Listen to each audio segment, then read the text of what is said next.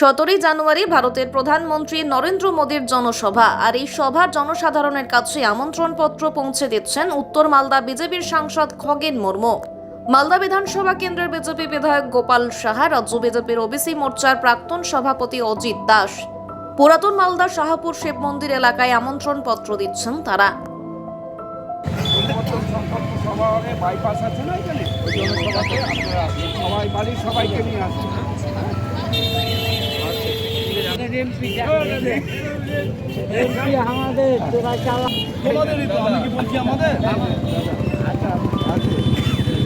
দাদা পেয়েছে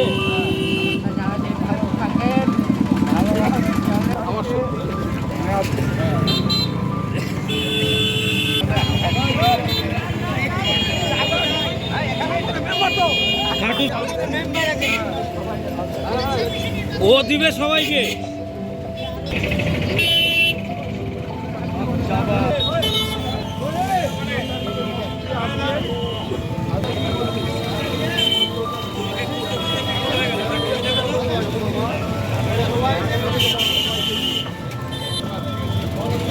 সকাল থেকেই আমাদের এই শাহপুর কালীতলা বাজার থেকে আমরা শুরু করেছি আমাদের দেশের প্রধানমন্ত্রী নরেন্দ্র মোদীজি আমাদের যে ঐতিহাসিক জনসভা আমাদের বাইপাসের পাশে, শাহপুর বাইপাসের পাশে আগামী 17ই জানুয়ারি শনিবার দিন বেলা 1টার সময় যে ঐতিহাসিক জনসভা হবে, সেই জনসভায় আমাদের দেশের প্রধানমন্ত্রী নরেন্দ্র মোদীজি পশ্চিমবঙ্গের মালদা জেলা সহ পশ্চিমবঙ্গের সমস্ত মানুষের উদ্দেশ্যে তিনি সেদিন সম্বোধন জানাবেন।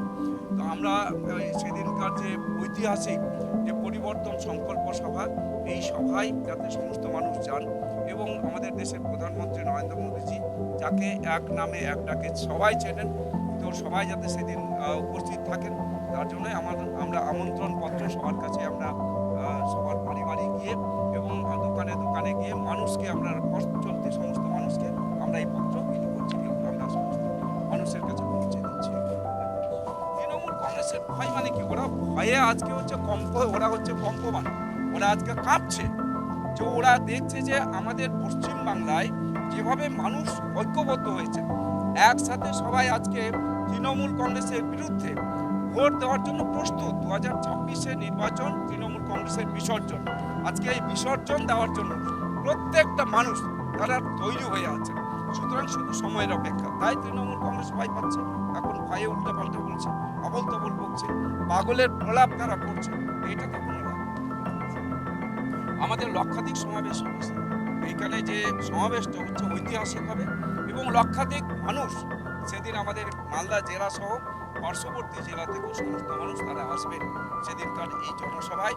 আমাদের দেশের প্রধানমন্ত্রী নরেন্দ্র মোদীজি আমাদের রাজ্যের এবং বিশেষ করে আমাদের উত্তর পূর্ব ভারতের তিনি বেশ কিছু উন্নয়নের বিষয়ে সেদিন তিনি বক্তব্য রাখবেন।